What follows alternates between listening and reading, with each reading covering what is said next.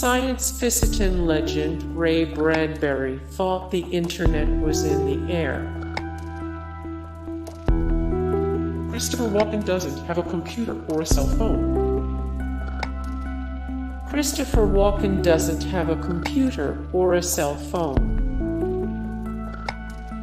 Rachel McAdams learned about Twitter in 2009, but not from TV.